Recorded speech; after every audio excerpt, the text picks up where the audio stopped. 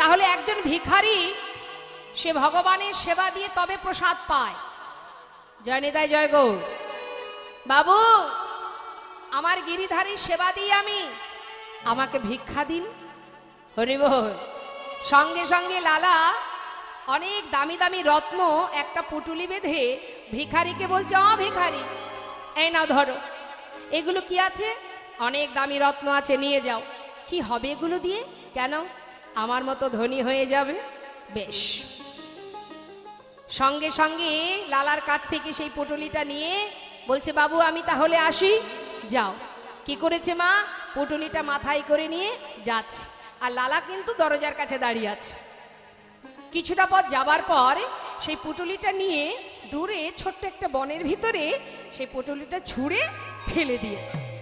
আর যেই না ফেলে দিয়েছে, সঙ্গে সঙ্গে পিছন থেকে লালা বলে উঠলেন, ভিখারি, এত বড় সাহস তোমার! আমি যা কিছু দিয়েছি তুমি ফেলে দিলে, কেন ফেলে দিলে? ভিখারি বলে উঠলেন, বাবু অপরাধ নেবেন না, আপনার দেওয়া সব আমি নিয়েই তো যাচ্ছিলাম। কিন্তু জানো বাবু, যাবার পথে হঠাৎ কে যেন আমাকে বলল, ভিখারি, আরে মাথায় ওগুলো কি নিয়ে যাচ্ছিস? তুই বুঝি লালার মতো ধনী হতে চাস?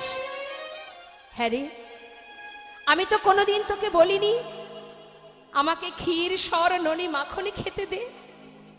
দাঁড়ে দাঁড়ে ভিক্ষা করি, যা পাস আমি তো তাতেই সন্তুষ্ট। তাহলে এগুলো দিয়ে কি হবে? ভক্ত, তুই যেমনটা আমাকে সেবা দিস আমি তাতেই খুশি রে। ফেলে দে, ওগুলো ফেলে দে। ওগুলো যদি নিয়ে যাস তবে লালার মতো তোর ভিতরে অহংকার তৈরি হবে। চাই না, তুই ভিক্ষা করে যা দেবি আমি তাতেই সন্তুষ্ট। আয় আমার কোলে আয়, আয় ভিখারি আয় রে ফিরে, ভুলে যাস না মহাভরে। ভিখারি আয় রে ফিরে, ভুলে যাস না মহাভরে। আয় ভিখারি, ওতে আয় ভিখারি আয় রে ফিরে, ভুলে যাস না মহাঘরে। গোবিন্দ সেবার বেলা বয়ে যায়, গোবিন্দ সেবার বেলা বয়ে যায়। গোবিন্দ সেবার বেলা বয়ে যায়। শোন, বিদুরের খুদ যেমন তোর ভিক্ষার অন্ন তেমন। বিদুরের খুদ যেমন তোর ভিক্ষার অন্ন তেমন। বিদুরের খুদ যেমন তোর ভিক্ষার অন্ন তেমন। সেবা দিতে ভুল করিস নে আমার, সেবা দিতে ভুল করিস নে ও আমার। সেবা দিতে ভুল করিস নে আমার। আয় ভিখারি আয় রে ফিরে, আয় ভিখারি আয় রে ফিরে, আয় ভিখারি আয় রে ফিরে, আয় ভিখারি আয় রে ফিরে। ভুলে যাস না মহাভরে। আয় ভিখারি আয় রে ফিরে, ভুলে যাস না মহাভরে। আয় ভিখারি আয় রে ফিরে। সেবা সেবা দিতে দিতে ভুল করিস নে সেবা আমার। দিতে ভুল করিস নে আমায়। যে জন বিষয় চায় আমি তাকে বিষয় দিই, কিন্তু যে বিষয় চায় আমি তার থেকে দূরে সরে যাই। নিতাই গৌর হরি বল। আর যে জন আমাকে চায়, ইহ জগতের তার একটু একটু করে সব কিছু কেড়ে নিয়ে তার সুখে দুঃখে ভালো মন্দে আমি সর্বক্ষণ তার কাছে থাকি। যে করে আমার আশ আমি তার করি সর্বনাশ, তথাপিও জেনা ছাড়ে আমার পাশ আমি হই তার দাসানো দাস। আমি সর্বদাই তারই কাছে থাকি যে শুধু আমাকে ভালোবাসে। আর যে বিষয় চাই আমি তাকে বিষয় দিই, কিন্তু আমি দূরে সরে যাই। হরি বল। তাই দেখবেন মা, যদি ধন ঐশ্বর্য অর্থের মধ্যে কেউ ডুবে থাকে, সে ভগবানকে ভুলে যায়। ভগবানকে ভুলে যায়। হয়তো আপনারা বলবেন অনেকের অর্থ আছে, বাড়িতে হরিবাসর দিচ্ছে, সাধুগুরু বৈষ্ণবের সেবা দিচ্ছে, আমরা সেই বৈষ্ণব সেবায় যাই। কোথায়? সে তো ভোলেনি না, সেটা লোক দেখানো ভক্তি। কিন্তু মাগো, যে জন ছোট্ট কুড়ে ঘরের মধ্যে বসে কৃষ্ণ কৃষ্ণ কৃষ্ণ নাম জপ করছে, সেই তো প্রকৃত ভক্ত। আমার যেমনটা আছে তুমি তেমনটাই গ্রহণ করো, আমার যা আছে তুমি সেটাই সেবা করো। ভগবান বিদুরের ঘরে শাকন্য সেবা করেছিলেন, একটা খোসা, কলার খোসা সেবা করেছিলেন। কেন? তাতে ছিল ভক্তি, তাতে ছিল শুদ্ধ প্রেম। ভক্তি ভরে তুমি যেটাই দেবে তার মধ্যে যদি ভক্তি থাকে, ভগবান তো ক্ষীরসর ননি মাখন চান না মা।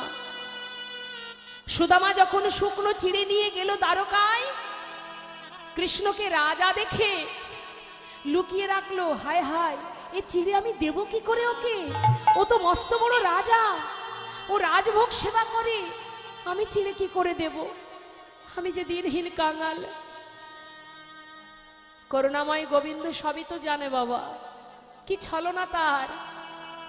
সুদামার চরণ ধৌত করছে আর জিজ্ঞাসা করছে, বন্ধু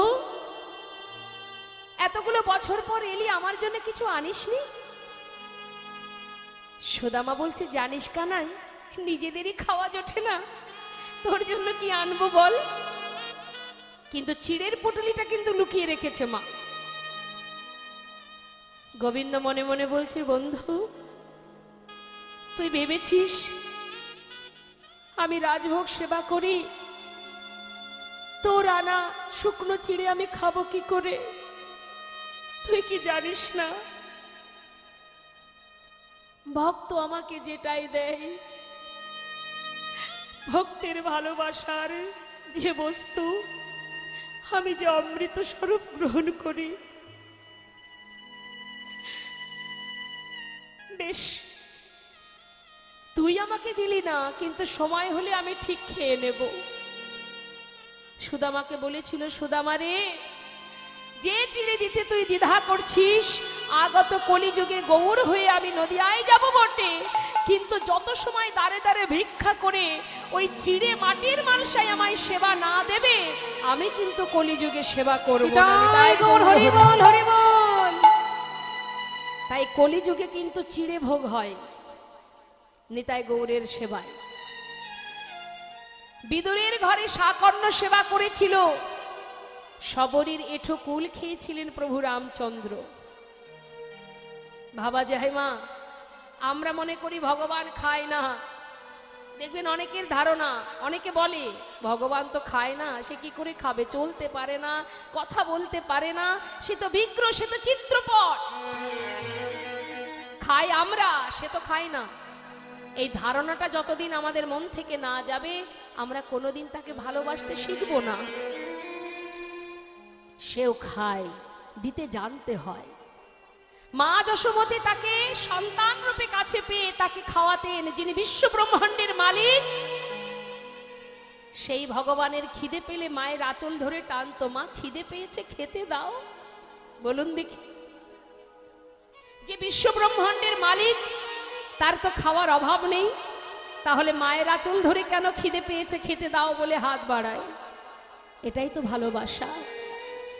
আপনার কিঞ্চিত কিঞ্চিত সেবা তিনি যে বড় ভালোবাসেন মা, তার একটা সুন্দর প্রমাণ আপনাদের দিয়ে একটু শুনুন। শ্রীখণ্ড নিবাসী একটা 12 বছরের ছেলে, যার নাম রঘুনন্দন। একটু মন দিয়ে শুনবেন, এগুলো শুনতে হবে, না হলে আমাদের ভুলটা ভাঙবেন। যেটা আজও বর্তমান, যেখানে আজও সেবা চলছে, সেবা হয় বর্ধমান জেলায়। চলে যাবেন, দর্শন করে আসবেন, আজও গোপীনাথের হাতে আছে সেই নাড়ু। আমরা দর্শন করেছি, আমাদের ভাগ্যে হয়েছে। তা সেই ছোট্ট ছেলে রঘুনন্দন, যার পিতার নাম মুকুন্দ দাস, যিনি ছিলেন বড় কবিরাজ। সেই সময় নবদ্বীপের যে রাজা ছিলেন নবাব হোসেন শাহ, সেই নবাব হোসেন শাহ তার নিজের শারীরিক অসুস্থতা দূর করার জন্য, মানে সুস্থ হবার জন্য, ওই মুকুন্দ দাসের কাছে গিয়ে সে সুস্থ হয়েছিল মা সেই সময়। তা সেই মুকুন্দ দাস এত বড় কবিরাজ ছিলেন, কিন্তু ঘরে ছিল তার গোপীনাথ বিগ্রহ। এখন গোপীনাথের সেবা সময় মতো দিতে হয়। গ্রামে কোনো ব্যক্তি অসুস্থ হলে সেখানেও যেতে হয়। একটা মানুষ দুই দিকে কাজ পড়ে গেছে, চিন্তা করছে আমি কি করব, কোন দিকে যাব। তখন তার 12 বছরের ছোট্ট ছেলে রঘুনন্দন বলছে, বাবা এক কাজ করো, তুমি এক কাজ করো, গ্রামে যে অসুস্থ তুমি তার কাছে চলে যাও, আর ঘরে গোপীনাথের সেবা ওটা আমি দিয়ে দেব। এখন মুকুন্দ দাস বলছে, হ্যাঁ রে, ভগবানের সেবা বললেই কি সেবা দেওয়া যায়? তার সেবা দিতে গেলে অনেক নিয়ম আছে, অনেক মন্ত্রতন্ত্র জানতে হয়। তুই তো বাবা মন্ত্র জানিস না। ছোট্ট ছেলে বলে উঠলেন, বাবা তোমার মতো মন্ত্র জানি না, কিন্তু যদি কাউকে ভালোবেসে খাওয়াই সে কি খাবে না? মুকুন্দ দাস চিন্তা করছে, সত্যি তো, যদি কেউ ভালোবেসে কাউকে খাওয়ায় তার জন্য মন্ত্রের কি বা প্রয়োজন? তার উপরে তো ভক্তি, ভক্তি যেখানে সেখানে মন্ত্রের দরকার নেই। যাক, তুই আমাকে বাঁচালি বাবা। শোন, তাহলে রান্নাঘরে সবকিছু গোছানো আছে, কোনো রকমে রান্না করে সেবাটা দিয়ে দে, আর আমি আসবো ঘরে ফিরে, আমার জন্য প্রসাদ রাখবি, কেমন? ঠিক আছে বাবা, চলে যাও। মুকুন্দ দাস চলে গেল গ্রামের কাজে। আর ছোট্ট 12 বছরের ছেলে, মা অনেকেরই ঘরে আছে ছোট্ট ছেলে 12 বছরের, ওই 12 বছরের শিশু জীবনে কোনোদিন যে রান্না করেনি, আজ বাবাকে কথা দিয়েছে, গোপীনাথের দায়িত্ব নিয়েছে, তাই দেরি না করে রান্নাঘরে গিয়ে যা কিছু গোছানো ছিল সে তো জীবনে রান্না করেনি, সব ব্যঞ্জন এক পাত্রে ঢেলে দিয়ে রান্না বসিয়েছে। কোন রকমের সিদ্ধ সাদ্দা রান্না হয়েছে, জীবনে যে রান্না করেনি সে রান্নার বুঝবে কি? যাই হোক, কোন রকমে রান্না করে পাত্রে ঢেলে নিয়ে মন্দিরে ঢুকেছে। ঢুকে ডাকছে, ও গোপীনাথ, গোপীনাথ, দাঁড়িয়ে থাকলে হবে না, তাড়াতাড়ি এসে খেয়ে নাও। জানো আজ বাবা নেই ঘরে, আমি রান্না করেছি তোমার জন্য। জানি না কেমন হয়েছে, তবে একটু কষ্ট করে খেয়ে নাও, কাল বাবা ভালো করে রান্না করে খাওয়াবে। সে জানে আমি যেমন বাবার সন্তান, ওই গোপীনাথও বাবার সন্তান। সে জানে না যে এটা বিগ্রহ, এটা ভগবান, সেটাও জানে না। ও জানে সেও পুত্র, আমিও পুত্র। এই তো ভালোবাসা। মা ডাকছে, বারবার ডাকছে, আসছে না।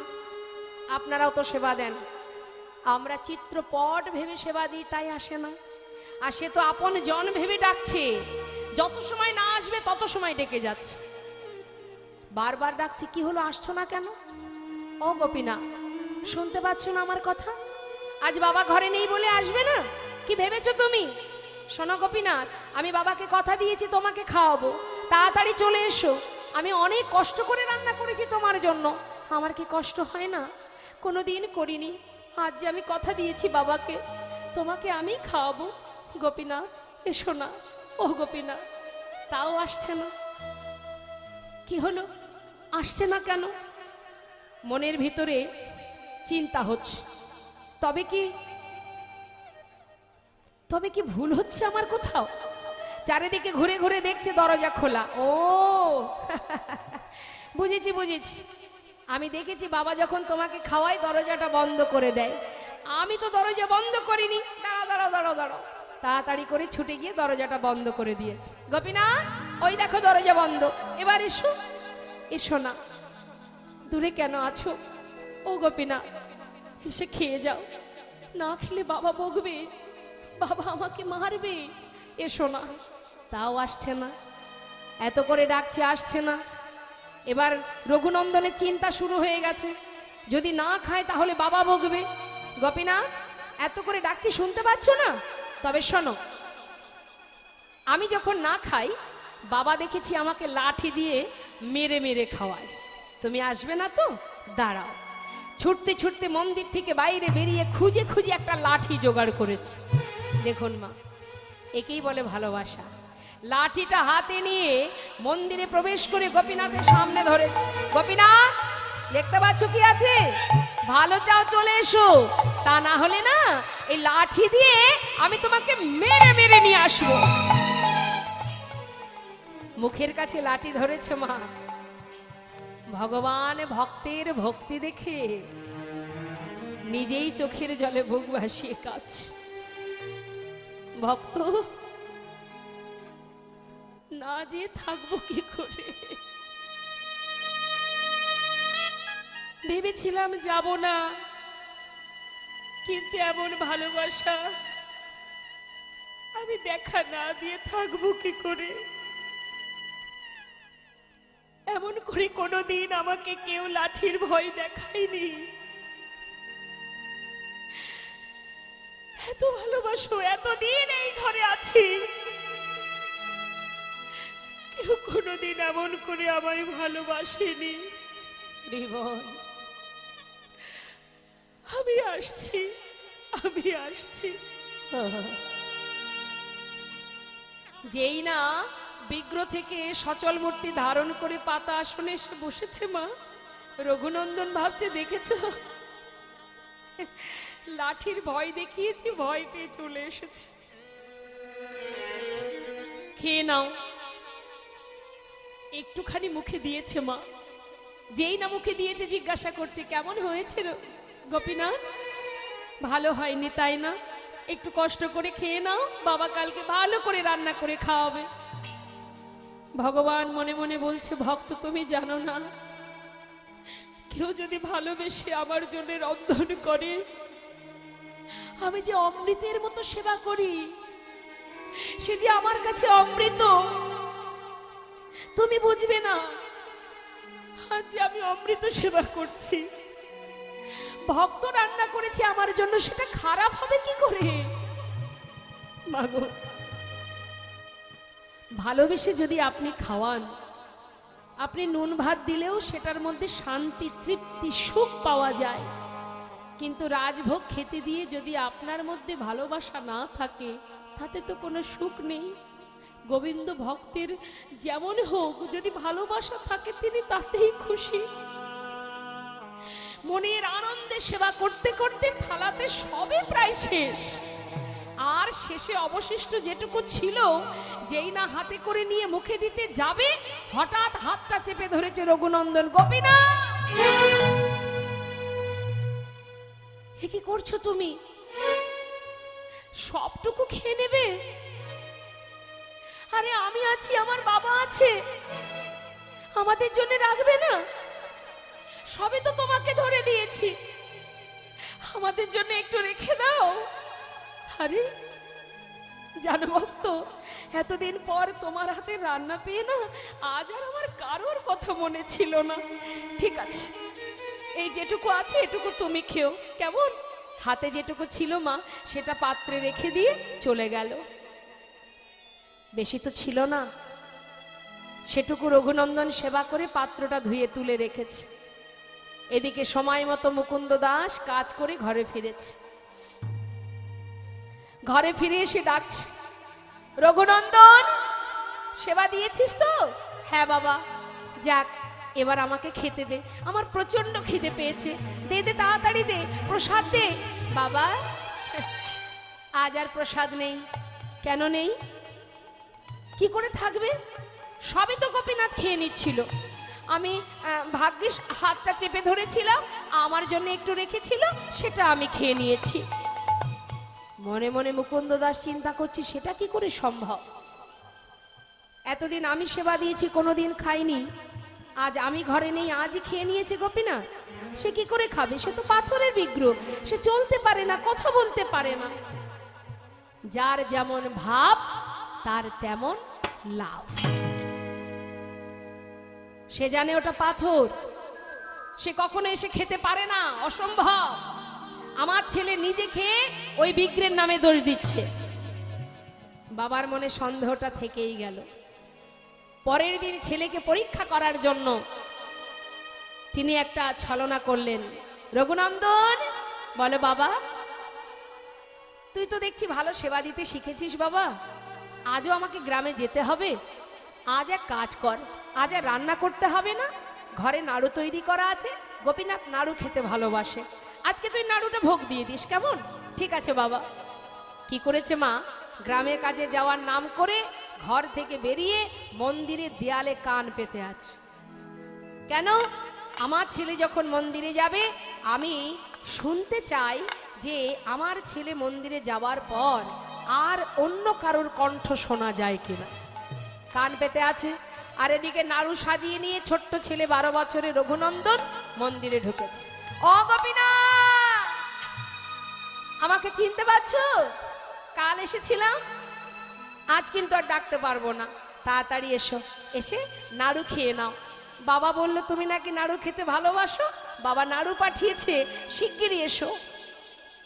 ভগবান মনে মনে বলছে, ভক্ত, কেউ যদি আমাকে ডাকার মতো একবার ডাকে, আর সেই ডাক যদি আমার কানে এসে একবার পৌঁছায়, ভক্ত যদি কখনো আমায় ভুলে যায়, আমি যে সেই ভক্তকে জনম জনম ভুলি না।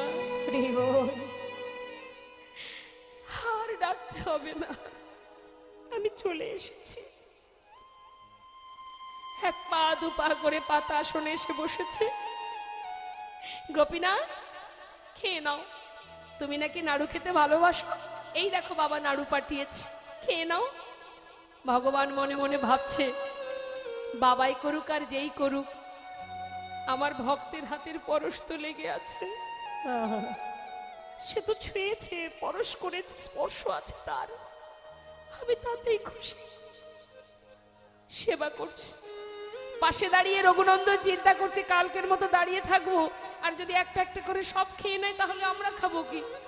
আজ ও খাবে, আমিও খাবো, এই ভেবে রঘুনন্দন ছুটে গিয়ে পাত্র থেকে একটা নাড়ু তুলে নিয়েছে,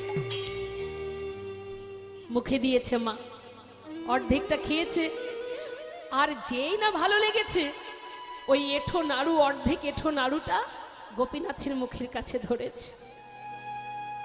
গোপীনাথ, খেয়ে দেখো, আমার বাবা করেছে তোমার জন্য, কত সুস্বাদু, নাও খেয়ে দেখো। গোবিন্দ চোখের জলে বুক ভাসিয়ে কাঁদছে, আর মনে মনে চিন্তা করছে, ভক্ত কত ভালোবাসলে নিজের মুখের এঁটো নাড়ু আমার মুখে তুলে দিতে পারো। ভগবানের চোখে জল দেখে রঘুনন্দন বলছে, গোপীনাথ তুমি কাঁদছো কেন? আমার এঁঠো নাড়ু তোমায় দিয়েছি তাই, আসলে আমার ভালো লেগেছে তাই আমি তোমায় দিচ্ছিলাম, কেঁদো না, আমি আর দেব না তোমায়। না না, আমি সেজন্য কাঁদছি না। তাহলে কাঁদছো কেন? ভক্ত,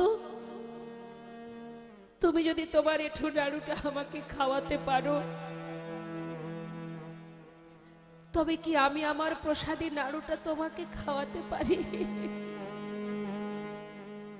বেশ তো, তাহলে তুমি আমাকে খাইয়ে দাও, আমি তোমাকে খাইয়ে দিই। ভগবান তার প্রসাদী নাড়ু দিচ্ছে ভক্তের বদনে, আর ভক্ত তার এঁঠো নাড়ু খাওয়াচ্ছেন ভগবানের বদনে। ভক্ত ভগবানের মধুর মিলন, মধুর প্রেম, মধুর ভালোবাসা। মুকুন্দ দাস মনে মনে চিন্তা করছে, কি ব্যাপার, আমার ছেলে ছাড়া আরো যেন কারোর একটা কণ্ঠ শোনা যায়, তবে কে সে? যাই তো দেখি। ছুটে গিয়ে মুষ্টাঘাতে যেই না দরজা খুলেছে, তার আগেই ভগবান অর্ধনাড়ু হাতে নিয়ে বিগ্রহে মিলিত হয়েছে। ছুটে গিয়ে সন্তানকে বুকের মধ্যে জড়িয়ে ধরেছে। রঘুনন্দন, রঘুনন্দন, আমায় ক্ষমা করে দে বাবা, আমায় ক্ষমা করে দে। আমি তোকে ভুল বুঝেছি, আমি তোকে সন্দেহ করেছি।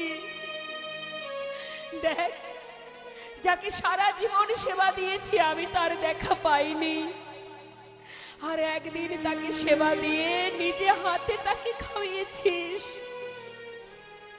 কারণ আমি তাকে ভালোবেসেছি পাথর ভেবে, তুই তাকে ভালোবেসেছিস আপন জন ভেবে। আয় বাবা, আমার কোলে আয়, তোর মতো ভক্ত সন্তানকে বুকে জড়িয়ে ধরি। আমার বুকে আয় বাবা, তোকে জড়িয়ে ধরে এতদিনের যে অযোগ্য কর্মটা আমি করেছি, হায় আমার অযোগ্য দেহ আমি যোগ্য করি, আমার অযোগ্য দেহ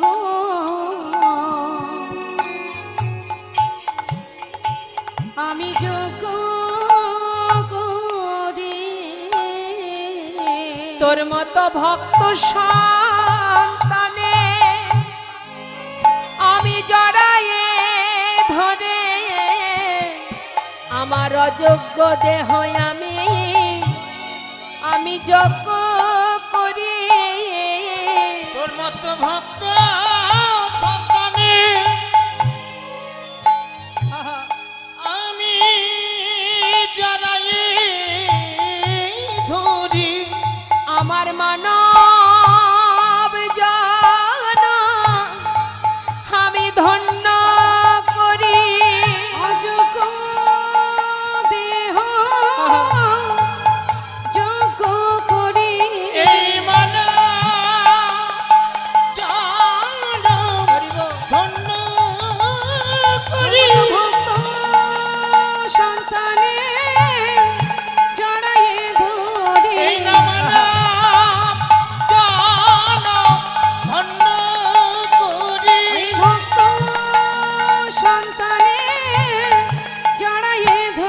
এতদিনের অযোগ্য দেহ যজ্ঞ করি ভক্ত সন্তানের জড়ায়ে ধরি আমার অযোগ্য দেহ যোগ্য করি ভক্ত সন্তানের জড়ায়ে ধরি এতদিনের অযোগ্য দেহ আমি যোগ্য করি।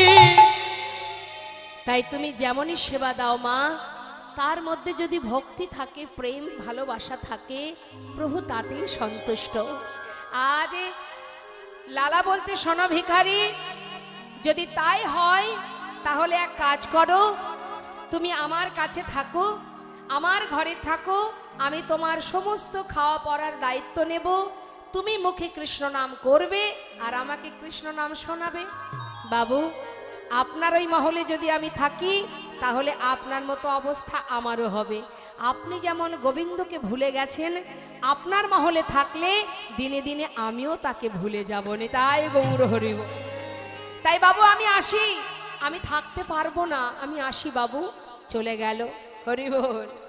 লালা মনে মনে চিন্তা করলেন, তবে কি এই মহলে থাকলে, এই বিষয় সম্পদের মধ্যে থাকলে তবে কি গোবিন্দকে ভুলে যেতে হয়?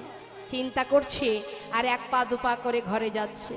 এইভাবে দিন যেতে যেতে আর এক জায়গা থেকে আর এক শিক্ষা পেল। সেটা কোথায়? একদিন লালা তিনি খাজনা আদায় করবার জন্য তিনি পালকি চেপে গোটা রাজ্য পরিদর্শন করছেন আর খাজনা আদায় করছেন। সারাদিন ধরে খাজনা আদায় করে বেলি অবসান কালে যখন ঘরে ফিরছে মা, ঠিক সেই সময় এক রজক কন্যা, মানে ধোপার মেয়ে। আগেকার সময়ে কাপড় কাচা হতো কিভাবে জানেন? এখন তো অনেক ডিটারজেন্ট পাউডার আছে, তাই না? আর আগেকার সময়ে কলার পাতাকে শুকিয়ে, যেটাকে বলা হয় কি কি বলে, শুকনো কলার পাতাকে কি বলে? এদিকে কি বলে একটু শুনি। শুকনো কলার পাতা বলে, বাসনা বলে। বাসনাকে পুড়িয়ে যে খার হয় সেটা দিয়ে কাপড় কাচা হতো। এখন বেলি অবসানকালে লালা পালকি করে ফিরছে আর সন্ধ্যা আগত, সেই সময় রজক কন্যা চিৎকার করে তার পিতাকে ডেকে বলছে, রজক কন্যা মানে জানেন তো রজক কাদের বলে মা? ধোপাকে বলা হয় রজক, হ্যাঁ, যারা কাপড় কাচে। তার মেয়ে চিৎকার করে বলছে, বাবু গো, বাবু গো, বেলা যায়, বাসনায় আগুনি দাও। বাবু গো, বেলা যায়, বাসনায় আগুনি দাও। এই যে চিৎকার করে কন্যা তার পিতাকে বলছে, আর সেখান থেকে প্রতিধ্বনি আসছে লালার কানে। সে কি বলছে? শুনছে লালা, বেলা যায়, বেলা যায়, বেলা যায়।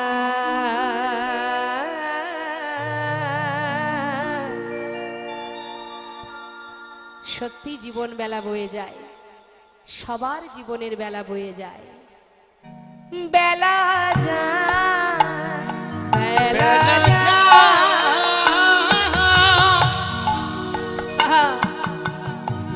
বেলা যায়, যায়, যায়। হরিবল। বেলা যায়, বেলা যায়, বেলা যায়,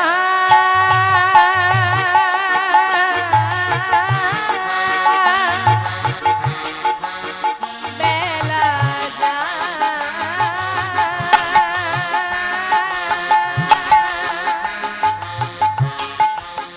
বেলা যায়, বেলা যায়,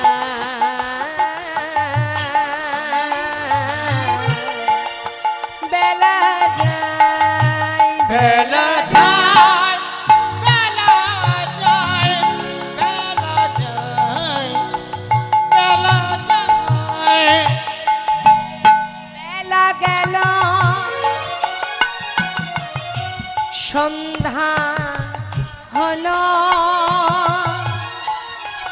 আর বেলা গেল, বেলা গেল,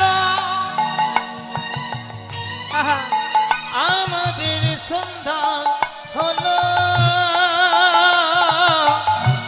ফিরে এসো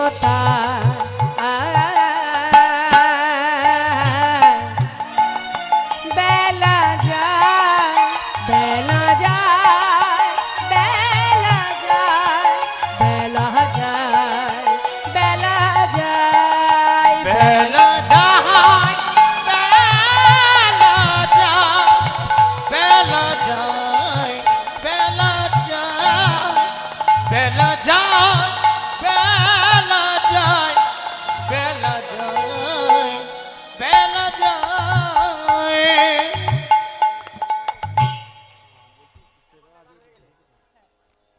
জয় রাধেশ্যাম। সকল ভক্তচরণে নিবেদন, আপনাদের এই মহতি হরিবাসর হরিকথা কৃষ্ণ কথা আস্বাদন করছেন। আর দেখতেই পাচ্ছেন এখানে বাবার পূজা চলছে। এখানে অগণিত সাধুগুরু বৈষ্ণব এসেছে, ভক্তবৃন্দ এসেছে, তাদের সেবারও আয়োজন আছে, এখানে ব্যবস্থা হয়েছে, রান্না বান্না হয়েছে। তাই সমস্ত ভক্তের কাছে কমিটির ভক্তগণের হয়ে নিবেদন, এখানে প্রসাদের ব্যবস্থা যেহেতু হয়েছে, সবাই কিন্তু প্রসাদ পেয়ে তারপরে ঘরে যাবেন। আর সেই সঙ্গে আরও একটা কথা বলবো, সেটা হচ্ছে আপনাদের এই হরিবাসরে এত সুন্দর একটা হরিবাসর, এত ভক্তের সেবার ব্যবস্থা, এটা তো আর মা একার দ্বারা কখনো সম্ভব নয়, এটা স্বাভাবিক, এটা সবাইকে বুঝতে হবে। তাই আপনারা যত সময় পর্যন্ত ভগবানের সেবার তরে দানের হাত বাড়িয়ে না দেবেন, তাহলে কিন্তু এই সেবা দিনে দিনে বন্ধ হয়ে যাবে। তাই আপনাদেরই গোবিন্দ, আপনাদের ভগবান, আপনাদেরই ঘরে মহাদেবের সেবা চলছে। তাই আপনারা কমিটির ভক্তগণ আপনাদের কাছে যাবে ভিক্ষার ঝুলি নিয়ে। আজকের দিনে এই সুন্দর মুহূর্তে শিব চতুর্দশীতে দেবাদিদেব মহাদেব ভোলানাথের সেবার তরে এবং তার এই ভক্তবৃন্দ যারা আছে তাদের সেবার জন্য মুক্ত হস্তে আপনারা একটু দান করবেন। যাচ্ছে ভক্তগণ, কমিটির ভক্তগণ, বঞ্চিত করবেন না, কেমন? বঞ্চিত করবেন না, সবাই দেবেন। তবে 1 টাকা 2 টাকায় এখন তো আর কিছু হয় না, 1 টাকা 2 টাকা দেবেন না, একটু বেশি দেবেন। আমরা তো আবার দেখবেন ওই মানি ব্যাগে হাত ঢোকালে হাত আর আমাদের বেরোয় না, কেন জানেন? একটু দেরি হয় বেরোতে, বেরোই তবে একটু দেরিতে বেরোই। কেন বলুন তো? ওর মধ্যে বাছাবাছি হয়, কোনটা সব থেকে ছোট আছে সেটা গোবিন্দের জন্য, নেথাই গৌর হরি, তাই না? তাই চেষ্টা করবেন আপনার সামর্থ্য অনুযায়ী। আমি বলবো না যে আপনার সামর্থ্য নেই তবু দিতে হবে, আপনার যেমন সামর্থ্য অনুযায়ী প্রভু সেবার জন্য দান করবেন যতটুকু সম্ভব, কেমন? নেতাই গৌর হরি বল, হরি বল। মুক্ত হস্তে দান করবেন ভগবানের সেবার তরে, ভক্ত সেবার তরে। কারণ ভক্ত সেবা, ভগবত সেবা, এই সেবা না দিলে কিন্তু আমাদের উদ্ধারের রাস্তা নেই। বৈষ্ণব সেবা দিতে হবে, না দিয়ে বৈষ্ণব সেবা নিস্তার পেয়েছে কেবা। সেবা দিতে হবে বৈষ্ণব সেবা, তাই দান করবেন, কেমন? চেষ্টা করবেন একটু বেশি বেশি করে গোবিন্দকে দেওয়া। আপনি যেমন দেবেন, আস্তে, আপনি যেমন দেবেন তেমনই তো পাবেন, যেমন কর্ম করবেন তেমনই ফল পাবেন, তাই তো? জয় নিতাই জয় গৌর।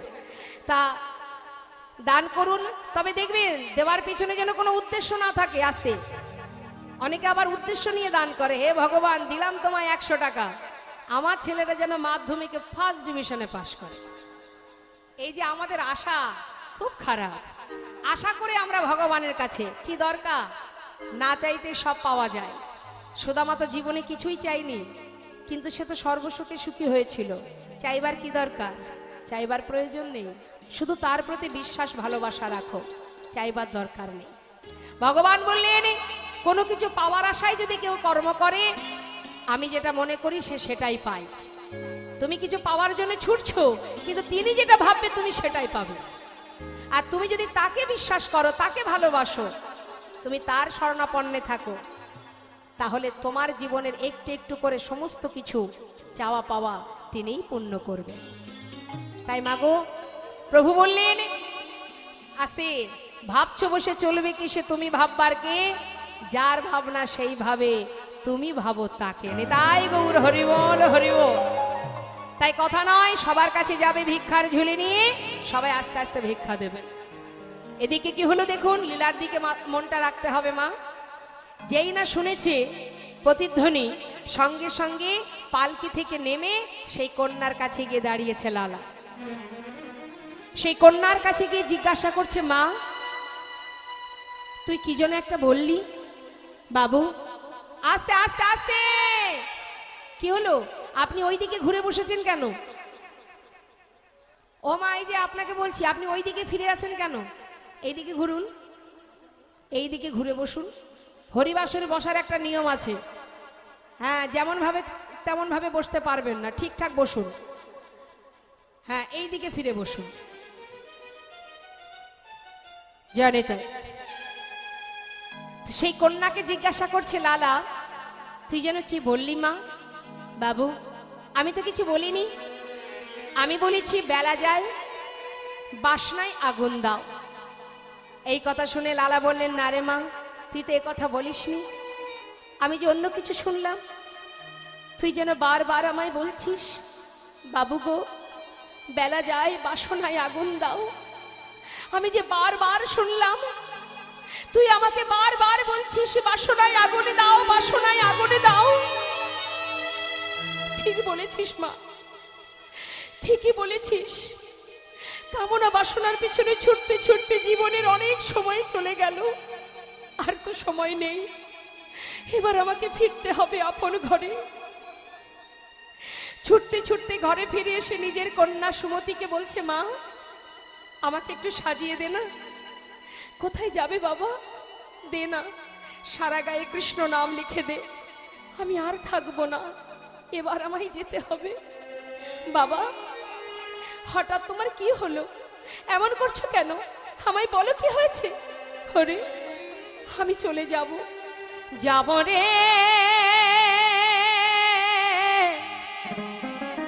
যাব আমি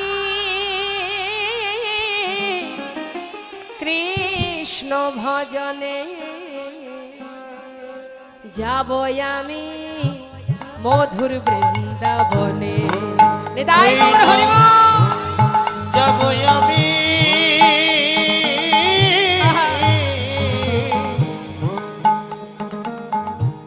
যাব আমি হরিবল মধুর বৃন্দাবনে।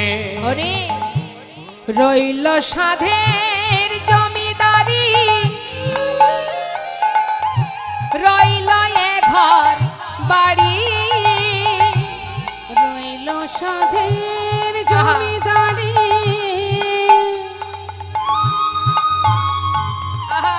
রইল এ ঘর বাড়ি। আমি বৃন্দাবনে চলে যাব সবই কিছু ছাড়ি। আমি বৃন্দাবনে চলে যাব সবই কিছু ছাড়ি।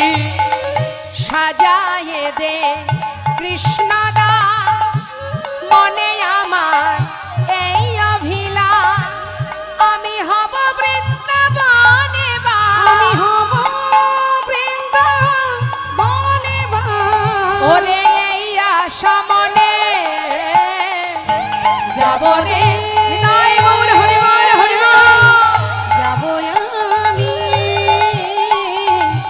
কৃষ্ণ ভজনে। ওই না যাব আমি মধুর বৃন্দাবনে, যাব আমি মধুর বৃন্দাবনে। কৃষ্ণ নাম সর্ব অঙ্গে লিখে জীবনের সমস্ত কিছু পরিত্যাগ করে বদনে কৃষ্ণ নাম গাইতে গাইতে লালা চলে গেল বৃন্দাবনে। কয়েক মাস কেটে গেল, বৃন্দাবনে গিয়ে পৌঁছালেন লালা, মুখে কৃষ্ণ কৃষ্ণ কৃষ্ণ নাম। দেখতে দেখতে বৃন্দাবনে যখন পৌঁছালো তখন সন্ধ্যা হয়ে গেছে মা। রাত্রিটা কোনো রকম কাটিয়েছে বালির ওপরে। কোথায়? গোবিন্দকুণ্ড, ওই গোবিন্দকুণ্ডের পাড়ে যে বালুরাশি, ওই বালুরাশির মধ্যে রাত্রিটা কোনো রকমে ঘুমিয়ে সকালবেলা যেই না চোখ মেলেছে, দেখছে ব্রজবাসীরা মাথায় করে ডালা সাজিয়ে দল বেঁধে যাচ্ছে। তাই না দেখে লালা জিজ্ঞাসা করছে, ও ব্রজবাসী, মাথায় এগুলো নিয়ে যাচ্ছ কোথায়? বাঁকে বিহারি ভোগ লাগাতে যাচ্ছিল। বাঁকে বিহারীর ভোগ দিতে যাচ্ছ? শোনো না, আমাকে একটু নিয়ে যাবে? কেন নিয়ে যাব না, চলো আমাদের সঙ্গে। তবে হ্যাঁ, যেতেই যদি চাও, আমরা নাম গাইতে গাইতে যাচ্ছি, তুমিও আমাদের সঙ্গে আমাদের পাচু পাচু নাম গাইতে গাইতে যাবে। কি নাম গাইতে হবে? কি নাম করব? শোনো, রাধে রাধে রাধে রাধে রাধে রাধে রাধে রাধে বল, রাধে রাধে রাধে রাধে রাধে রাধে বল, রাধে রাধে রাধে রাধে রাধে রাধে বল, রাধে রাধে রাধে রাধে রাধে রাধে বল, রাধে রাধে রাধে রাধে রাধে রাধে বল, রাধে রাধে রাধে রাধে রাধে রাধে বল, রাধে রাধে রাধে রাধে রাধে রাধে বল, রাধে রাধে রাধে রাধে রাধে রাধে বল। পিছনে যাচ্ছে কে? লালা। আমরাও তো যাচ্ছি মা, লীলার সাথে সাথে আমরাও তো যাচ্ছি। তাহলে আমরা কি গাইছি? রাধা নাম। আর পিছনে লালা আসছে কি গাইতে গাইতে? কৃষ্ণ কৃষ্ণ কৃষ্ণ কৃষ্ণ কৃষ্ণ কৃষ্ণ বল, কৃষ্ণ কৃষ্ণ কৃষ্ণ কৃষ্ণ কৃষ্ণ কৃষ্ণ বল, কৃষ্ণ কৃষ্ণ কৃষ্ণ কৃষ্ণ কৃষ্ণ কৃষ্ণ বল, কৃষ্ণ কৃষ্ণ কৃষ্ণ কৃষ্ণ কৃষ্ণ কৃষ্ণ বল। এই! কেন চলবে না? বৃন্দাবনে কৃষ্ণ নাম গাইব না? তাহলে কি গাইতে হবে? রাধা নাম। কেন তোমরা রাধা নাম করছো, আমি কৃষ্ণ নাম করছি, সেটাই তো ভালো হবে না? বলছে না, হবে না। বলছে শোনো, তাহলে এক কাজ করি, তোমাদের মানে তোমাদের নামও থাক, আর আমি যে নাম করছি সে নামও থাক। তাতে কি হবে? দুই নামই হবে। হ্যাঁ, একসঙ্গে গাইবো, রাধে কৃষ্ণ রাধে কৃষ্ণ রাধে কৃষ্ণ বল, রাধে কৃষ্ণ রাধে কৃষ্ণ রাধে কৃষ্ণ বল, রাধে কৃষ্ণ রাধে কৃষ্ণ রাধে কৃষ্ণ বল, রাধে কৃষ্ণ রাধে কৃষ্ণ রাধে কৃষ্ণ বল। বৃন্দাবন কি? সবাই মিলে হাত তুলে আমরা, আপনারা সবাই রাধে কৃষ্ণ বলতে পারেন, আবার রাধে রাধে বলতে পারেন। কেমন? হাত তুলে জোরে জোরে বলবেন। হ্যাঁ, বৃন্দাবন কি? হাত তুলে হাত তুলে। বৃন্দাবন কি? রাধে রাধে যমুনা মাই কি? আর একটু জোরে জোরে বলুন। বৃন্দাবন কি? যমুনা মাই কি? রাধা কুণ্ড কি? শ্যাম কুণ্ড কি? গোবিন্দ কুণ্ড কি? বিলাসবন কি? মধুবন কি? মৃদুবন কি? কেশি ঘাট কি?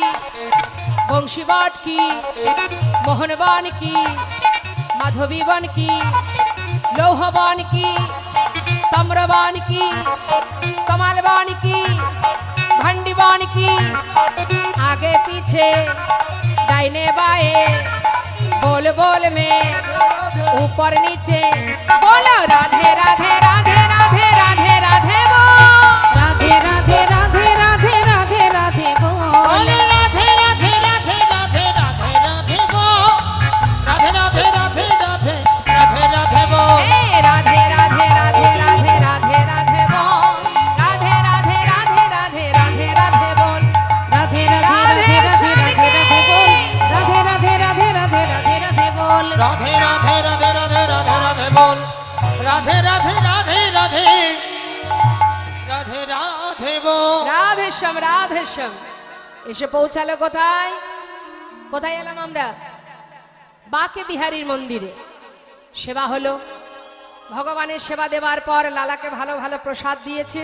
লালাও সেবা করেছে মা সেবা করে ওই যে গোবিন্দ কুণ্ডের পাড়ে বালু রাশিতে যেই না রাত্রে গিয়ে ঘুমিয়েছে কিন্তু ঠিকঠাক ঘুম হচ্ছে না বলে একটা বালি দিয়ে বালিশ করে নিয়েছে নেতায় গৌর হরি যাই হোক আগে যেহেতু জমিদার ছিল কত সুন্দর জমিদারের বিছানায় ঘুমাতো এখন বালির ওপরে কি ঠিক ঘুম হয় তাই একটা বালিশ বানিয়ে নিয়েছে এখন আরামে রাতটা কেটেছে।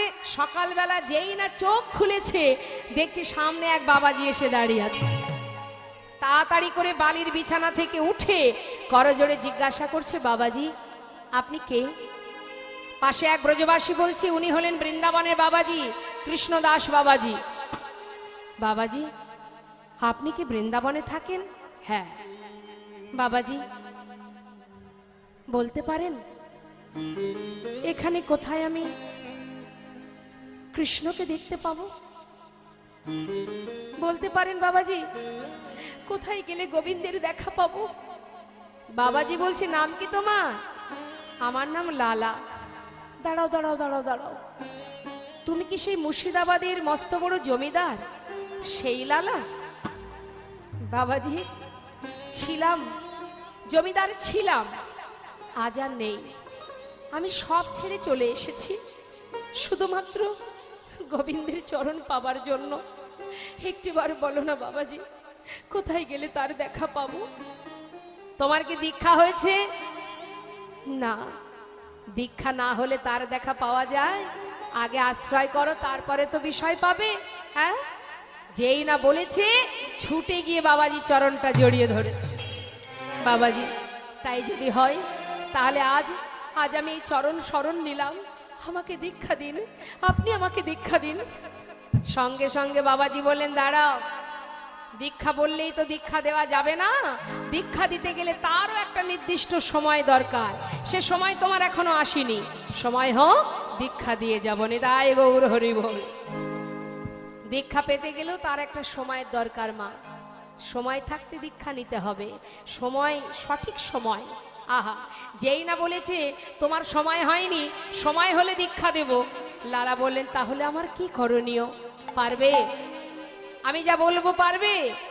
এই যে মন্দিরে মন্দিরে প্রসাদ পাচ্ছ আর এই বালির ওপরে বিছানা করে ঘুমাচ্ছ, আবার দেখছি একটা বালি দিয়ে বালিশ তৈরি করে নিয়েছো, ঠিক ঘুম হচ্ছিল না তাই না? তাই বালিশ করেছো। যেই না বলা সেই বালিশটা ভেঙে ফেললেন। শোনো লালা, আজ আমি তোমাকে একটা কাজ দেব। বৃন্দাবনে পথে পথে ঘুরে ঘুরে মন্দিরে প্রসাদ পেয়ে দিন কাটালে কি আর তার দেখা পাওয়া যায়? কর্ম করো। কি কর্ম? যা বলবো পারবে তো? নিশ্চয়ই, আপনি বলেই দেখুন, যা বলবেন আমি তাই করতে রাজি। তবে নাও, ধরো ধরো লালা ভিক্ষার ঝুলি কাঁধে, তুমি ধর ধর লালা,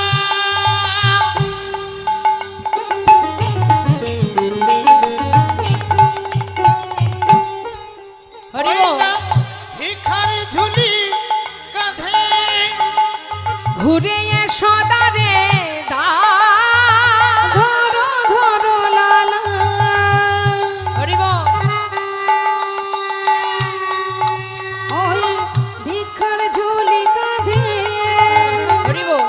ঘুরে এসো দ্বারে দ্বার, মুখে রাধা গুণগা, ভিক্ষা মেগে না কৃষ্ণ পদ কর মুখে রাধা গুণ গাও, ভিক্ষা মেগে নাও, কৃষ্ণ পদ করো সাহা। ওই দারে দারে ভিক্ষা মেগে আনো, ওই দ্বারে দ্বারে ভিক্ষা মেগে আনো, মুখে রাধা রাধা নামে করো, দারে দারে ভিক্ষা মেগে আনো। মুখে রাধা গুণ গানে করো, দ্বারে দ্বারে ভিক্ষা মেগে আনো। মুখে রাধা গুণ গাও, ভিক্ষা মেগে নাও, কৃষ্ণ পদ করো সাহা। কি বললেন? দাঁড়ে দাঁড়ে ভিক্ষা করবে, কারোর ঘর বাদ দেবে না, সবার দাঁড়ে দাঁড়ে ভিক্ষায় যাবে। যাও, সময় নষ্ট করো না। ভিক্ষার ঝুলি কাঁধে দিলেন মস্ত বড় জমিদারের কাঁধে। আজ ভিক্ষার ঝুলি, যত সময় ভিক্ষা না করবে তত সময় তোমার মধ্যে দীনতা আসবে না। হরি বল। ভিক্ষার ঝুলি কাঁধে নিয়ে দাঁড়ে দাঁড়ে ভিক্ষা করতে শুরু করলেন লালা। একদিন হঠাৎ তার স্ত্রী, তার পুত্র, তার কন্যা, তাদের সঙ্গে বৃন্দাবনে দেখা হয়ে গেল। কেন? তারা এসেছে বৃন্দাবনে স্বামীকে দেখবার জন্য, পিতাকে দেখবার জন্য। এসে দেখছি কি, যিনি এত বড় জমিদার তার কাঁধে ভিক্ষার ঝুলি। সঙ্গে সঙ্গে তার স্ত্রী কাত্যায়নী কাঁদছে আর বলছে, স্বামী, যে এত বড় জমিদার, যার এত সুখ স্বাচ্ছন্দ্য, এতদিনে যাকে অন্যভাবে দেখেছি, আজ ভিক্ষার ঝুলি কাঁধে দেখে আমি যে নিজেকে স্থির রাখতে পারছি না। এ কেমন বেশ, এ যে আমি দেখতে পাচ্ছি না। স্বামী, স্বামী, তুমি ঘরে ফিরে চলো, ফিরে চলো স্বামী। লালা বলে উঠলেন, কাত্যায়নী, আমাকে এমন করে ঘরে যেতে বলো না, আমি আমার আপন ঘরেই এসেছি, আর তো আমি যাব না।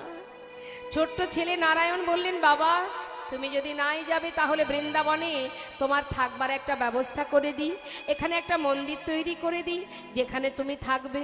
বেশ, তুই যদি করতে পারিস আমার কোনো বাধা নেই। নিজে হাতে নারায়ণে সুন্দর করে মন্দির নির্মাণ করলেন বৃন্দাবনে, যেটা আজও বর্তমান। যারা গিয়েছেন বৃন্দাবনে নিশ্চয়ই দেখেছেন, রাধাকুণ্ডের পাড়েই লালার মন্দির আছে, আজও বর্তমান। তা সেই মন্দিরে বিগ্রহ স্থাপন করলেন, যার নাম কৃষ্ণচন্দ্রমা। সেই বিগ্রহ স্থাপন করে সেখানে ভগবানের সেবা দেবার জন্য এক পূজারীকে রেখে দিলেন মা। কেন? লালার তো দীক্ষা হয়নি, সে ভোগ দেবে কি করে? তাই একজন পুরোহিত আছে সেবা দেবার জন্য। আর লালা কি করে? ওই প্রতিদিন ভিক্ষা করে, কিন্তু নিজে হাতে ভগবানের সেবা দিতে পারে না। জেনে রাখবেন, দীক্ষা মন্ত্র যত সময় আপনি গ্রহণ না করবেন, গুরুর চরণ আশ্রিত না হবেন, তত সময় আপনার দেওয়া সে ভোগ ভগবান গ্রহণ করবেন না।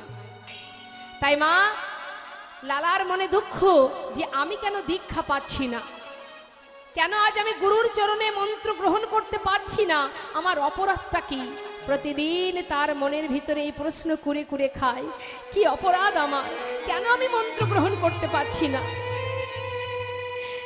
একদিন লালা আর সহ্য করতে পারছে না, মনের দুঃখে, মনের ক্ষোভে সে কি করেছে, পূজারীকে বলছে, পূজারী, আজ আর আমি ভিক্ষায় যাব না, আজ আমার ভালো লাগছে না, আমি একটু বসে বসে ওই গুহার মধ্যে বসে বসে ভজন করব। তুমি এক কাজ করো, আজ মন্দিরে সেবা দিয়ে আমাকে একটু প্রসাদ দিয়ে আসবে, আমি আর আজ ভিক্ষায় যাব না। এই কথা বলে পূজারীর কাছ থেকে বিদায় নিচ্ছে। ও পূজারী, আমাকে একটু প্রসাদ দেবে কেমন? আমি ভজনে চললাম। করিব না মাধু করি, আমি পাইব প্রসাদ। করিব না মাধু করি, আমি পাইব প্রসাদ। প্রসাদ পাইবার লাগি মনে বড় সাদ, প্রসাদ পাইবার লাগি মনে বড় সাদ। পূজারী রে ডাকিয়া কয়, ও পূজারী, কিঞ্চিৎ প্রসাদ দিও মরে, ভজনেতে বসল গিয়া গুহার ভিতরে। ভজনেতে বসল গিয়া গুহার ভিতরে। ভজনেতে বসলো গিয়া গুহার ভিতরে। পূজারীকে বলছে, প্রসাদ দেবে আমায়, আমি চললাম ভজনে। বিলম্ব না করে গুহার মধ্যে বসে বসে ভজন করছে, আর প্রতিজ্ঞা করেছে, মা, এই রইলাম আমি গুহার মধ্যে, প্রভু তুমি কেমন আছো, তুমি আমাকে দেখা না দিয়ে কেমন করে দূরে থাকতে পারো, এই গুহা থেকে আমি আর বাইরে বেরোবো না। আমিও দেখতে চাই যে ভক্তের ডাকে সাড়া না দিয়ে তুমি কি করে দূরে থাকতে পারো। একমাত্র ভগবানের কাছে ভক্তেরই জোর খাটে, ভক্ত জোর করছে, আমি থাকলাম গুহার মধ্যে, দেখি তুমি কত সময় না এসে থাকতে পারো, তুমি যত সময় না আসবে আমি এই গুহা থেকে বাইরে বেরোবো না। প্রতিজ্ঞাবদ্ধ হয়ে বসে বসে ভজন করছে। কিন্তু মা, তিনি আর কি করে থাকবেন দূরে? ভক্ত যদি প্রতিজ্ঞাবদ্ধ হয়ে যায়, ভগবানের যে পুরো দায়িত্ব পড়ে যায়, ভক্তকে রক্ষা করা, দেখভাল করা, তার ভালো মন্দ দেখা। এবার প্রভু আমার, তিনি চিন্তায় পড়লেন, ভক্ত গুহার মধ্যে বসে আছে, তাকে বাহির করতে হবে, কি করা যায়? এদিকে মন্দিরে পূজারী ভোগ নিবেদন করে তিনি পাত্রে করে প্রসাদ নিয়ে যেই না মন্দির থেকে বেরিয়েছে গুহায় যাবে, হঠাৎ ঝড় বৃষ্টি শুরু হয়ে গেল। রে তাই গৌর হরি। যেই না দেখছি ঝড় বৃষ্টি হচ্ছে, চিন্তা করছে, তাই তো এত বৃষ্টির মধ্যে আমি যাব কি করে, বৃষ্টিটা বন্ধ হোক তারপরে যাব। এই ভেবে প্রসাদের পাত্রটা বারান্দাতে রেখে সে মন্দিরের মধ্যে ঢুকে গেছে। বৃষ্টি থামলে যাব এই চিন্তা করে। কিছু সময় পর বৃষ্টি বন্ধ হলো, হরি বল। আর তার মধ্যে দিয়ে গোবিন্দ আমার পূজারী রূপ ধারণ করে প্রসাদের থালাটা নিয়ে এক পা দুপা করে গুহার মধ্যে যাচ্ছে। ভগবান পূজারীর বেশে গুহার ভিতরে ঢুকছে, আর লালা গুহার মধ্যে বসে বসে তিনি ভজন করছে। রাধে কৃষ্ণ গোবিন্দ গোপাল রাধা রমণ হরি হরি হরি বল। রাধে কৃষ্ণ গোবিন্দ গোপাল বল বল রাধার মন হরি হরি হরি বল। গিরিধারিব গোবর্ধন ধারিব, আর গিরিধারি বল গোবর্ধন ধারি বল, আর রাধা রমণ হরে কৃষ্ণ কৃষ্ণ বল। আর রাধা রমণ হরে কৃষ্ণ কৃষ্ণ বল। তুমি রাধা না জগতের না, ও তুমি রাধা না এই জগতের না।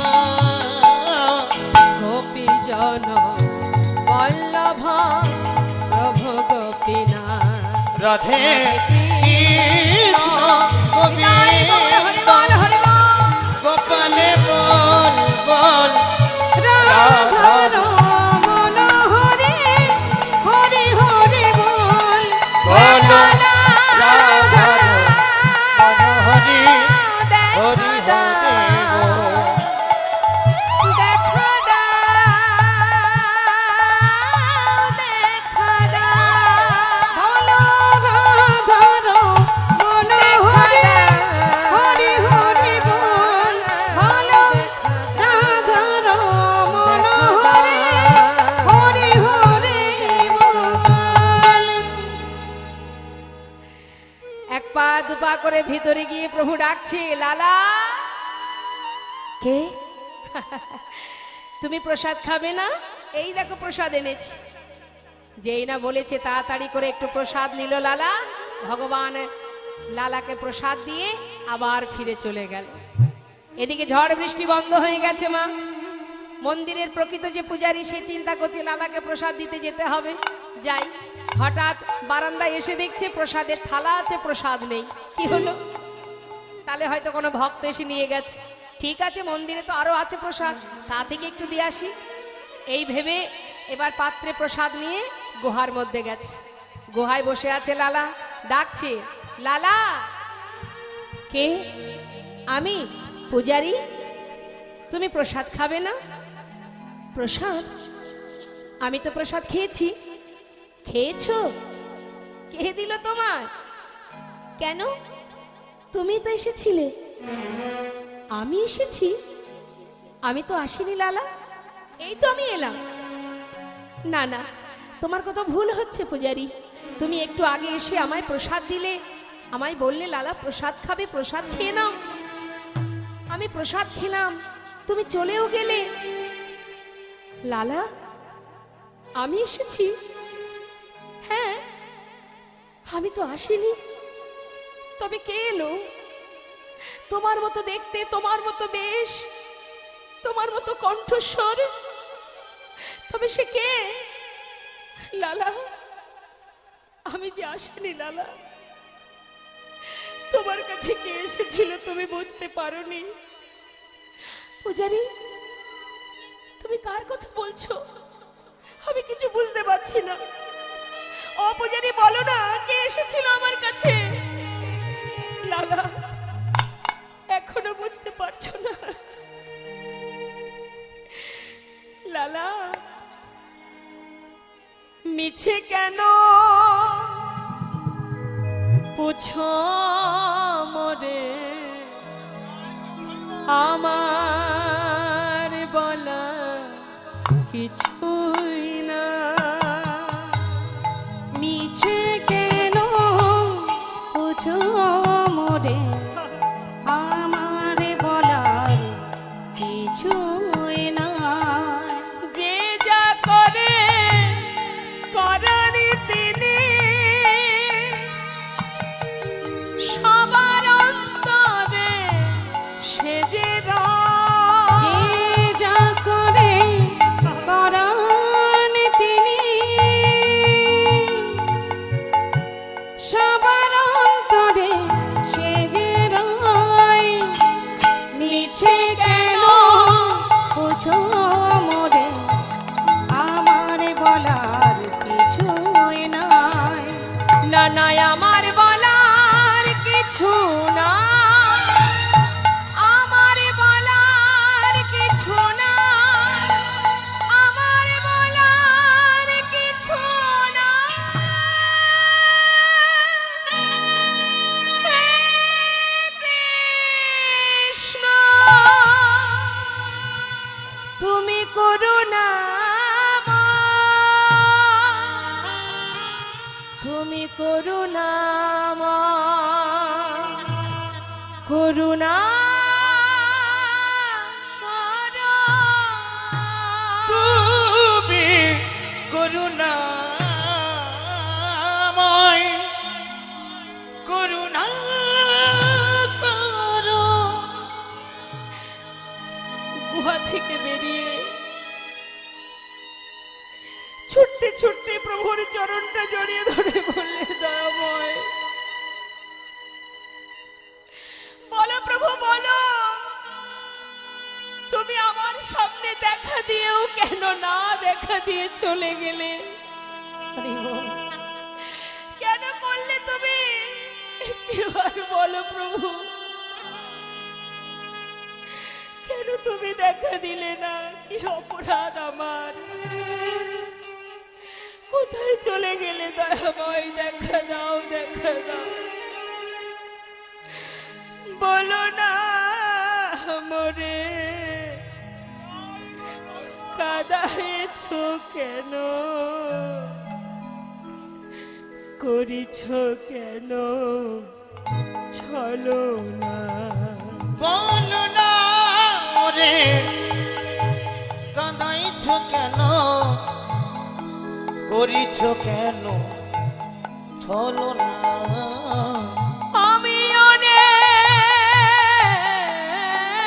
কেঁদেছি কাঁদিতে পারি না কি পাবো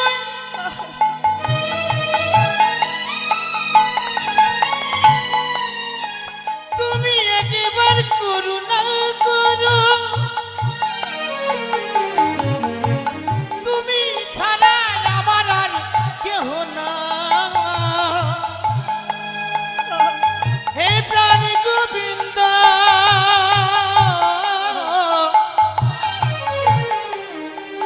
কি পাবো অনেক কেঁদেছি আর কাঁদিতে পারি না।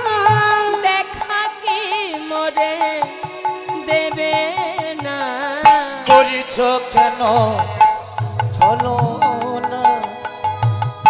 বলো না মোরে কাঁদাইছ কেন করিছ কেন ছলো না। বলো না মোরে কাঁদাইছ কেন করিছ কেন ছলো না। মন্দির থেকে বেরিয়ে ছুটতে ছুটতে সেই বাবাজির কাছে গিয়ে চরণটা জড়িয়ে ধরেছি বাবাজি আজ বলো বলো বাবাজি আমাকে তুমি কেন দীক্ষা দিচ্ছ না তুমি জানো সে এসেছিল আমার সামনে কিন্তু দেখা না দিয়ে চলে গেছে বলো আমার অপরাধটা কি কেন তুমি আমায় মন্ত্র দিচ্ছ না? বাবাজি বলে দাও। বাবাজি বলছে চলে যাও লালা, এখনো তোমার মন্ত্র দেওয়ার সময় হয়নি, সময় হলে আমি নিজে এসে দীক্ষা দিয়ে যাব। না, আজ আমায় বলতে হবে। কি অপরাধ আমার?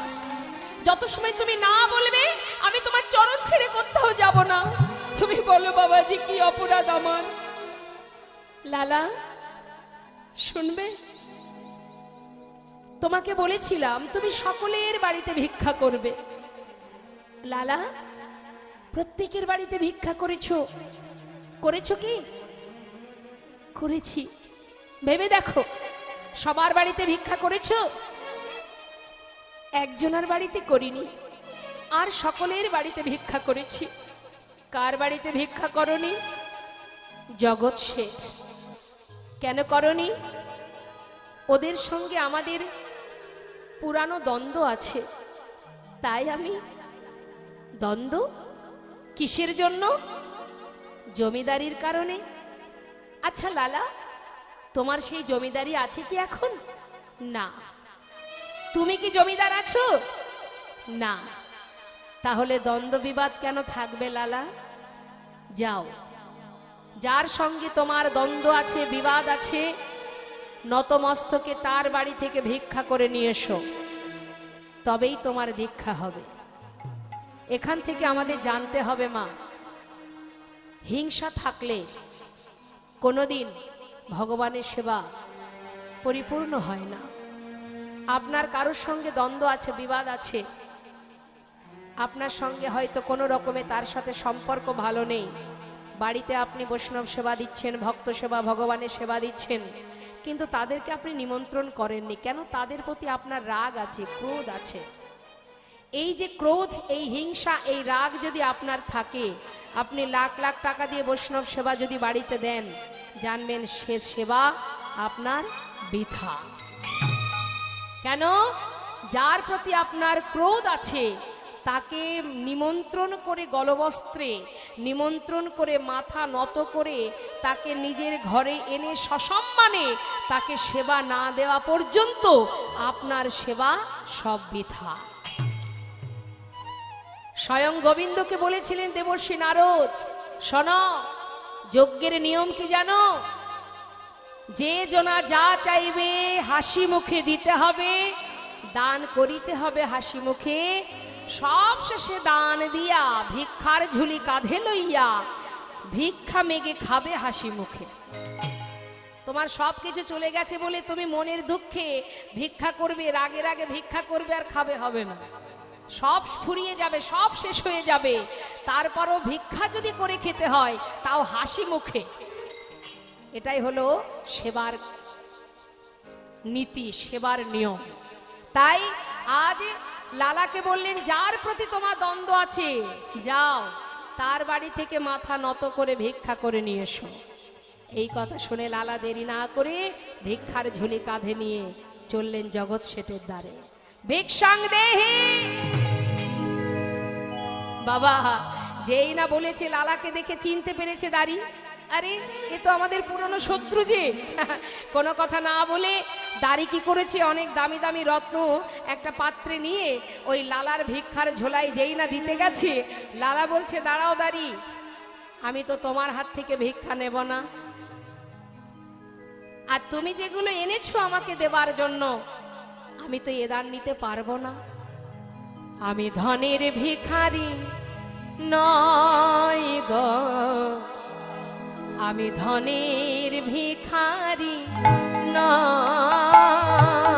ধনের ভিখারি নই গো আমি, ধনের ভিখারি নয়। চাই গো যে আমি এক মুষ্টি ভিক্ষা, চাই গো যে আমি এক মুষ্টি ভিক্ষা, তাই দুয়ারে দাঁড়ায়ে রয় গো আমি, ধনের ভিখারি নই গো আমি, ধনের ভিখারি নই। দাও যদি মরে এক মুষ্টি ভিক্ষা, তবে হবে মোর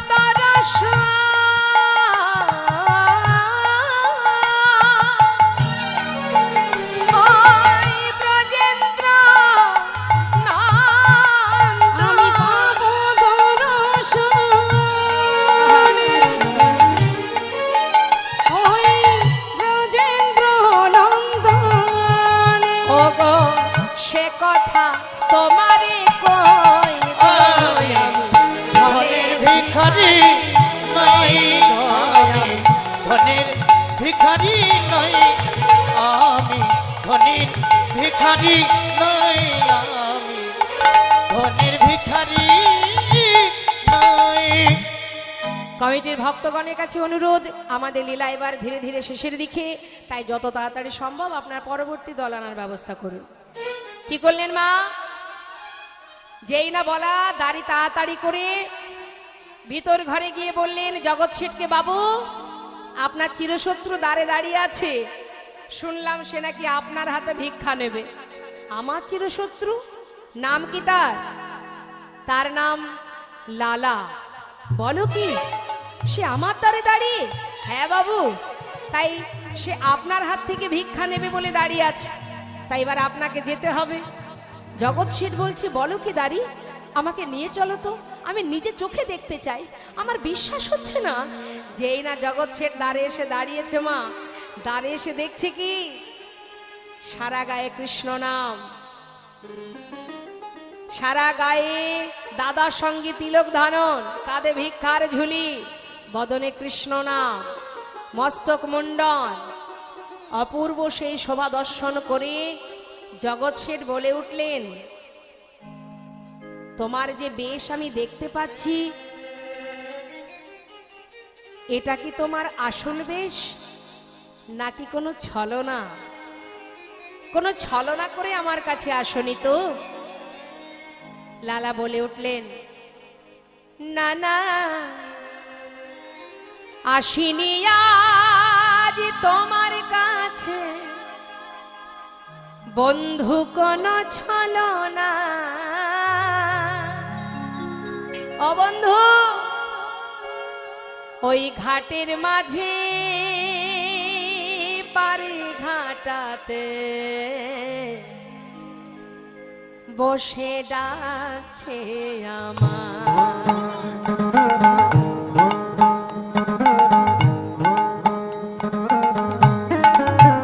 না না আসিনি তোমার কাছে আহা, ও বন্ধু কোন ছলনা। হরি বল। ঘাটের মাঝি পার ঘাটেতে বসে ডাকছে বন্ধু গো,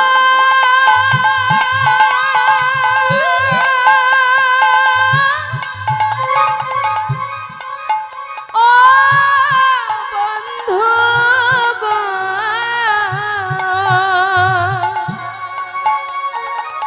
বন্ধু গো,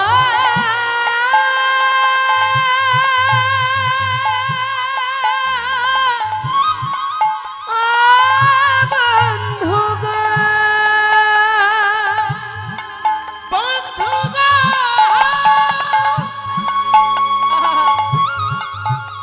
বন্ধু গো,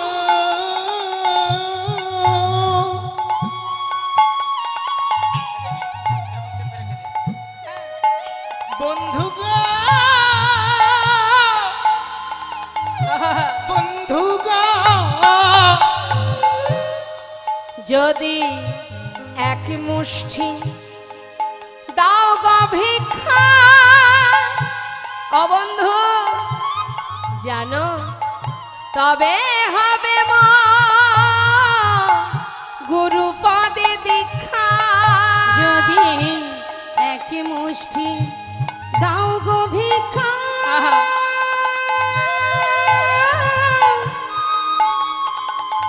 তবে হবে মন গুরু পদে দীক্ষা। যাই গো আমার বেলা বয়ে যায়, বন্ধু যাই যাই গো গো আমার বেলা বয়ে যায়। ঘাটের মাঝি পারে ঘাটাতে বসে ডাকছে আমায়, ওই ঘাটের মাঝি পারে ঘাটাতে ও ডাকছে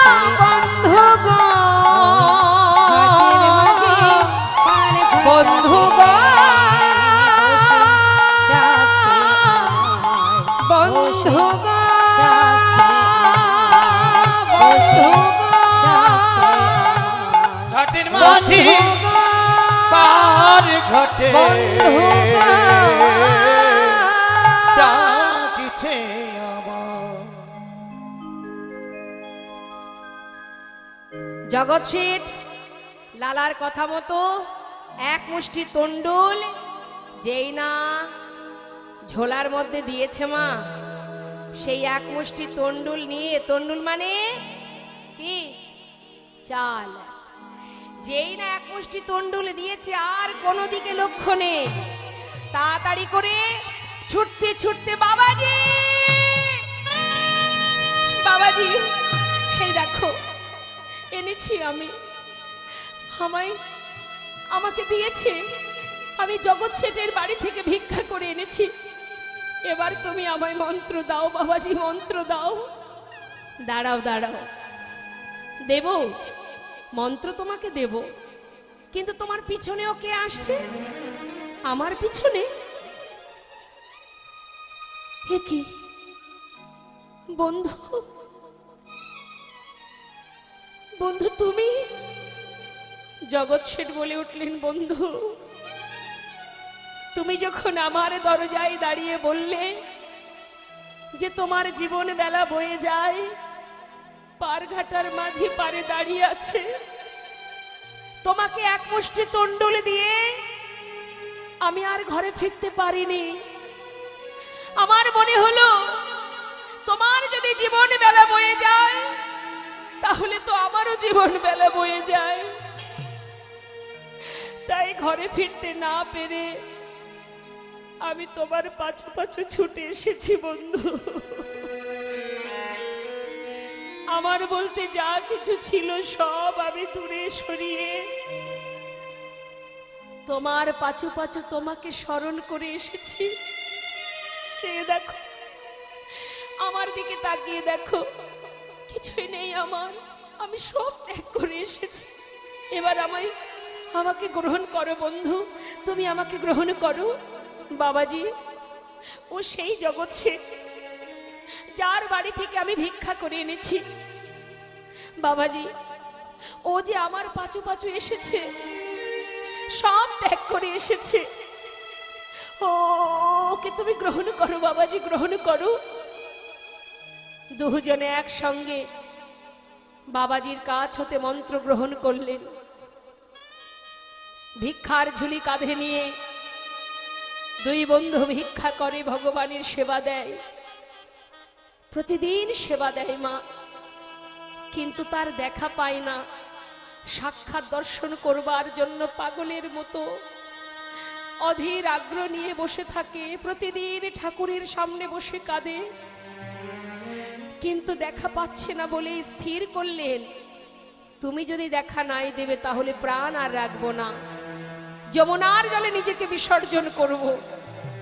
এই বলে যখন লালা ছুটতে ছুটতে যাচ্ছে যমুনার ঘাটে, পিছন থেকে জগৎ শেঠ বলে উঠলেন, বন্ধু একটু দাঁড়াও, মরতেই যদি হয় তাহলে তোমার সঙ্গে আমিও যাব, আমাকে সঙ্গে করে নাও, দুজনে একসাথে মরবো।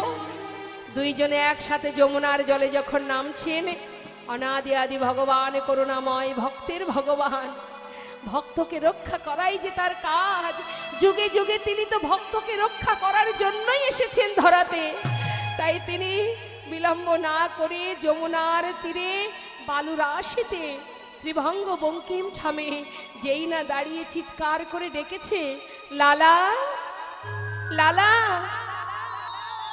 একবার পিছন ফিরে দেখো। লালা কিছুটা জলে নেমেছে মা, হঠাৎ প্রভুর ডাক শুনে পিছন দিকে তাকিয়ে দেখছে দাঁড়িয়ে আছে অনাদি আদি গোবিন্দ, বিলম্ব না করে ছুটে গিয়ে চরণটা জড়িয়ে ধরলেন, দয়াময় এতদিন পর তুমি এলে প্রভু, এতদিনে তোমার দেখা পেলাম, গ্রহণ করো প্রভু, গ্রহণ করো, আমাকে তোমার চরণে গ্রহণ করো, তোমার চরণে ঠাঁই দাও দয়াময়। এসো প্রভু এসো, আমার চোখের সামনে নয়, আমার কাছে এসো। মম অন্তর মন্দিরে এসো মাধব কৃষ্ণ গোপাল। এসো মাধব কৃষ্ণ গোপাল। মম অন্তর মন্দিরে তুমি এসো এসো মাধব কৃষ্ণ গোপাল গোপাল মাধব কৃষ্ণ গোপাল। এসো এসো তুমি এসরি বিমাঝে অন্তর জামি হরি প্রাণ প্রিয় রাজে। এসো এসো তুমি এসো হৃদি মাঝে অন্তর জামি হরি প্রাণে প্রিয় রাজে। অধরে বাসিয়া মধুর হাসিয়া ও অধরে বাঁচিয়া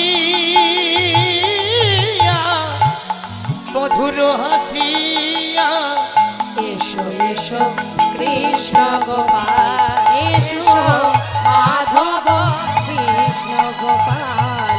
মম অন্তর মন্দিরে এসো এসো মাধব কৃষ্ণ গোপাল গোপাল মাধব কৃষ্ণ গোপাল।